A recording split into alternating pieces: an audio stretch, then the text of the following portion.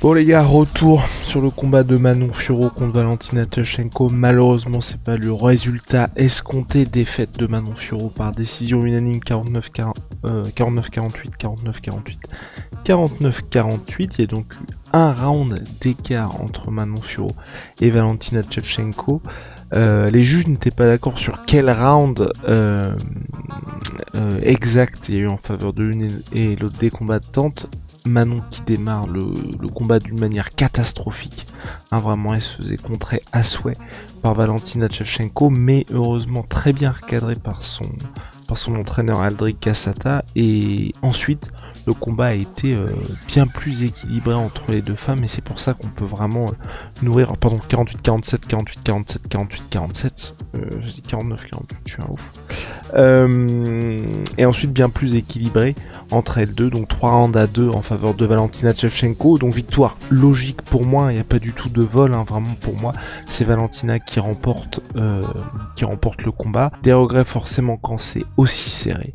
On va voir tout ça ensemble, évidemment. C'est parti, générique. Winamax te rembourse ton premier pari en cash si celui-ci est perdant dans la limite de 100 €, et en plus avec le code LASSUEUR10, 10 € supplémentaires en cash. Attention, les jeux d'argent sont interdits aux mineurs. Jouer n'est pas une alternative au travail et ne permet pas de s'enrichir, donc jouez de manière responsable. Évidemment, dégoûté quand on perd d'un seul round face à une aussi grande championne que Valentina Shevchenko. Sans doute, une top 2 GOAT désormais dans le MMA mondial après Amanda Nunes, puisqu'il y a quand même ces 2 défaites contre Nunes pour Valentina Shevchenko. Mais elle enchaîne après avoir récupéré sa ceinture contre Alexa Grasso. Bon bah, pour revenir au combat round 1, vraiment très très difficile en matière pour Manon Fiorot qui se fait... qui saigne salement du nez, je sais pas s'il est cassé, mais en gros... vraiment les droites de Valentina Shevchenko, donc on était en gauchère contre gauchère, elle ne faisait que passer en contre. Et vraiment Shevchenko qui frustre énormément, parce qu'on en parlait avec Rusty, l'UFC a usé jusqu'à la moelle le highlight de Shevchenko contre Jessica, mais sinon globalement aujourd'hui on a quelqu'un qui est extrêmement attentiste de la part de Shevchenko, et donc forcément si vous livrez, elle va avoir des opportunités, sinon c'est pas elle qui va déclencher. Et donc premier round, Manon Fiorot vraiment se faisait clipper, mais à foison, tout simplement, par Shevchenko. C'était assez hardcore, véritablement. Et les comptes en droit font que directement ça passait, et ensuite Shevchenko qui se dit putain, Manon Fiorot qui se dit bon, je peux pas continuer comme ça, donc forcément elle ralentit sur les offensives.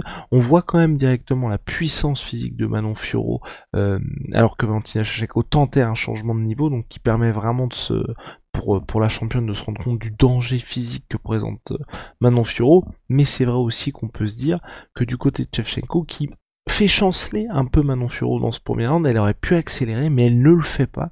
Et comme sur ses derniers combats où vraiment on a ce sentiment que Valentina Shevchenko c'est la sécurité avant tout. Donc vraiment un premier round très difficile. Je suis en train de regarder les stats, mais voilà, on a une performance de champion, donc 19 sur 36 pour Valentina Shevchenko en frappe, 19 sur 32 pour Manon Fiorot, et puis vraiment ce sentiment de là voilà ce qui se passe quand on affronte une championne. Et Aldric Cassata qui donne pas vraiment de conseils techniques, tactiques à l'inter-round, mais qui recadre Manon Fiorot pour qu'elle reste dans son combat. Et je pense que c'est vraiment important, parce que c'est vrai que Manon, on a l'habitude dans tout son run UFC à l'avoir roulé vraiment sur ses adversaires. Là c'est la première fois qu'elle est un peu prise par, peut-être pas par l'enjeu, mais voilà, t'affrontes une légende et il faut se recadrer pour pas sortir complètement du fight, parce que c'est un round sur 5, il restait quand même beaucoup de temps. Et j'avais oublié de vous dire aussi sur ce premier round, pour la première fois, Manon Fiorot qui restait longtemps sur son dos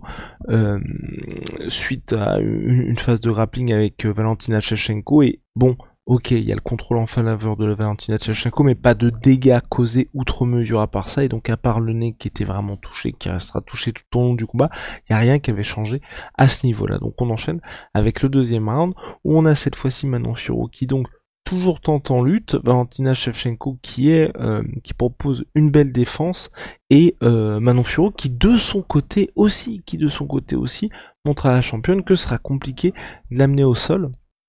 Et on a, et c'est là on va dire, un round qui est équilibré, mais Manon Fiorot qui confirme, on va dire, cette reprise avec un gros takedown pour finaliser. Et là, on sent vraiment que Manon Fiorot est rentrée dans son combat. Et là, on peut repartir avec un round chacune. Et ensuite, ce qui a été très intéressant dans ce combat-là, et c'est là que ça aurait été passionnant, parce que pour moi, ensuite, on est vraiment sur donc premier round pour Valentina Shevchenko, deuxième round Fiorot, troisième round Shevchenko, quatrième round Fiorot. Et ensuite, le cinquième round, je le mets en faveur de Valentina Shevchenko. Manon Fiorot, elle aura eu beaucoup de succès dans le clinch contre la cage, et sans forcément prendre du risque, mais en tout cas, elle a le contrôle en sa faveur, plus les genoux qui seront passés.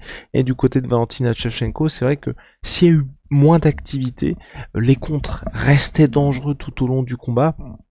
Et puis surtout, vraiment, les coups les plus durs restaient également dangereux en faveur de Valentina Shevchenko. On peut noter aussi dans ce deuxième round, sans doute Manon Fiorot qui a été peut-être prise un petit peu par son succès avec un gros coup illégal pour finaliser la reprise.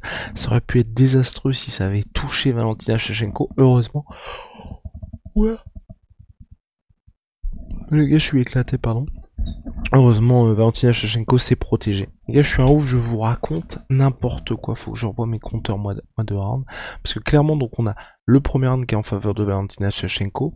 Pour moi, le cinquième, j'ai tendance à le mettre en faveur de Valentina Shevchenko. Le quatrième en faveur de Shevchenko, qui perd donc les rounds 2 et 3. Et voilà, là on est carré. Donc pour moi, je suis d'accord, voilà, avec la première scorecard de salle d'amato. Je pense que c'est ça, parce que le combat est un peu flou dans mon esprit, et fallait que je revoie ça. C'est évidemment ce quatrième round aussi, où il y a le knockdown en faveur de Valentina Shevchenko, encore une fois, sur un contre. Gros compte de Valentina sur un kick de Manon Fiorot. Donc voilà, c'est encore une fois, c'est l'histoire de ce combat. Valentina Shevchenko, c'est soit elle est attentiste, soit elle arrive à vous choper sur les contres. Et c'est vrai, Shevchenko qui finit vraiment salement, et on peut se poser la question de s'il y avait eu un petit peu plus de temps, est-ce que Manon ne serait pas fait finaliser sur ce round là? Je ne sais pas. Ce qui est surprenant aussi, c'est que les juges mettent 19 sur ce round, tous en faveur de Valentina Shevchenko. Je ne sais pas si c'est parce que le knockdown n'était pas assez, j'ai envie de dire, brutal ou quoi, ou que c'était un petit peu équilibré les débats jusque là, mais peut-être qu'il aurait pu avoir un 18 en faveur de Valentina Shevchenko. En tout cas, Manon Fiorot ne se fait pas finaliser, elle repart au round 5 avec une Valentina Shevchenko entre l'inter-round. On voit vraiment qu'elle est en chasse et qu'elle va vouloir finir Manon, mais bon, encore une fois, hein, ce n'était qu'en apparence, puisqu'on a à nouveau Valentina Shevchenko qui est attentiste et qui attend de cueillir Valentina Shevchenko, qui attend de cueillir Manon Fiorot au contre, et le public qui crie, qui pousse Valentina Shevchenko, et qui se montre même créative, hein, parce que ses attaques en spinning continuent de passer. Vraiment, ça c'est, ses attaques en spinning passent. Elle est créative aussi avec un joli Superman Punch, mais du côté de Manon Fiorot, il y a toujours ça qui lui aura permis de réussir, c'est le travail en combinaison, et ensuite d'aller chercher, pourquoi pas, Valentina Shevchenko en clinch, et c'est ce qui lui permet à Manon Fiorot d'avoir encore une fois au round 5 1 minute 57 de contrôle. Et quand on regarde son combat véritablement, à part le round 1 qui a été très très compliqué pour elle, tous les autres rounds, Manon elle a eu 1 minute 59 de contrôle, 1 minute 40, 1 minute 31 et 1 minute 57 de contrôle dans le clinch contre la cage, où là elle aura eu du succès véritablement, plus des coudes aussi en sortie de clinch. Non, vraiment, il y a de quoi nourrir quelques regrets pour Manon Fiorot, pour un combat qui était particulièrement équilibré, mais voilà, quand on voit au jeu des rounds, c'est Valentina Shevchenko qui finit par s'imposer sans surprise. Je veux dire, pour moi, il n'y a pas du tout de polémique dans ce combat, de se dire non, Manon aurait dû, elle a été volée. Je pense pas du tout, hein. C'est vraiment Valentina Shevchenko, elle a gagné, elle a réussi à s'imposer. Pour Manon, on peut vraiment juste regretter, à mon sens, ce premier round qui est vraiment catastrophique, parce qu'on voit qu'elle est un petit peu cueillie à froid dans ce combat-là, et surprise par ce que met Valentina Shevchenko. Mais encore une fois, c'est ce qu'on avait dit durant tout l'avant-combat. Shevchenko, c'est une vraie flyweight, elle était en bantamweight même avant, et à la différence de Rose Namajunas qui était jusqu'à ce combat-là le vrai gros test de Manon Fiorot, Rose, la dimension physique, là encore, il y avait un petit déficit chez Shevchenko, mais c'était complètement différent puisqu'elle venait des strawweight. Rose Namajunas. Là, on a vraiment la championne qui est en place. C'est la seule, je crois, championne de l'UFC à avoir complété sa ceinture, puisqu'à chaque défense de ceinture, vous avez ou défense ou victoire en combat pour le titre, vous avez un rubis. Et ben, c'est la seule à avoir réussi à compléter ça. Valentina Shevchenko. Donc, quand on pense à son expérience de fou, des main events en 5 rounds, maintenant Furo, c'est la deuxième fois à l'UFC depuis Blanchfield, donc uniquement 2, hein, et contre Blanchfield, elle avait la main mise sur le combat, qu'elle vivait cette expérience-là, forcément, le premier round allait être crucial, et c'est vrai que c'est le seul truc qui, à mon sens, on peut regretter, parce que le reste du combat, oui, c'était extrêmement disputé, et il n'y a pas eu de contre-performance à proprement parler, et je trouve que vraiment Aldric a vraiment bien fait, bien réussi à la remettre dans son fight Manon Fiorot, puisqu'ensuite ça a été bien plus compétitif, et puis le knockdown de Valentina Shevchenko, voilà, c'est son game, elle a réussi. Que dire de plus, voilà, et c'était en toute fin de round, et heureusement Manon a réussi à s'en sortir. Bon voilà, au global, malheureusement pour nous français, on est dégoûté, hein, parce que on aurait pu avoir une première victoire en combat pour le titre. Malheureusement, faut encore patienter. Je sais pas si ce sera Manon, je sais pas qui ce sera pour la suite. Les gars, c'est une honte, je suis éclaté. Ce qui était intéressant, c'est que sur cette carte-là, il y avait un autre combat qui était intéressant entre Valentina, waouh, mais je sais pas ce qui m'arrive, entre Alexa Grasso et Natalia Silva qui s'est imposée. Donc pour la suite, je sais pas ce que l'UFC va vouloir mettre en place, mais ça pourrait peut-être être intéressant de se dire peut-être Natalia Silva contre Manon Fiorot, pourquoi pas, puisque Valentina Shevchenko devrait, selon toute vraisemblance affronter Weili Zhang. Voilà, ça peut être pas mal pour patienter, mais c'est vrai que là, je sais pas que ça fasse pas les affaires de l'UFC, mais on se pose la question de qui est-ce que vous allez mettre contre Manon Fiorot pour la suite, parce que je pense que Manon, le problème pour l'UFC, c'est qu'elle bat toutes les filles qui ne s'appellent pas Valentina Shevchenko. Et Valentina Shevchenko, de par son style aujourd'hui, j'ai envie de dire, on sent qu'elle en a peut-être un peu sous le pied si elle se livrait un petit peu plus. Je pense que même une revanche, ce serait difficile pour Manon Fiorot, en tout cas pour se dire elle a la victoire, ou ce serait comme aujourd'hui extrêmement disputé. Et donc t'as la championne, ensuite t'as Manon qui est en dessous, et je pense que toutes les autres perdent contre Manon Fiorot. Donc, et là, le fait que Grasso se soit incliné, bon, ça fait du 109. Pas forcément pour Shevchenko, parce qu'aujourd'hui, c'est ça aussi qui était bien avec Manon Fiorot, c'est qu'il allait avoir quelque chose un peu d'inédit. Donc là, pour la suite, je suis très curieux de voir ce qui va se passer véritablement.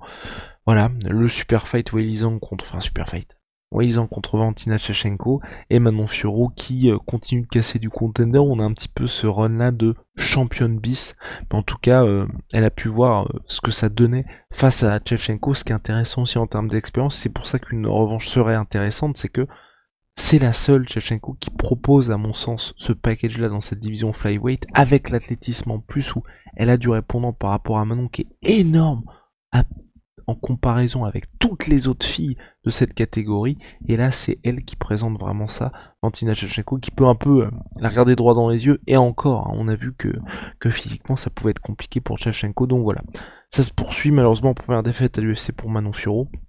Comme les gars, ça se passe chez MyProtein, moins 30% sous MySweetPea avec le code LASFEUR, minimum, Oli révolution dans les boissons énergisantes, thé glacé, boissons de réhydratation, vous connaissez milkshake, et là il y a des nouvelles saveurs, vous tenez toute la nuit avec Holy Moly, code la sur 5 moins 5 euros, code la sur 10 moins 10%, CA.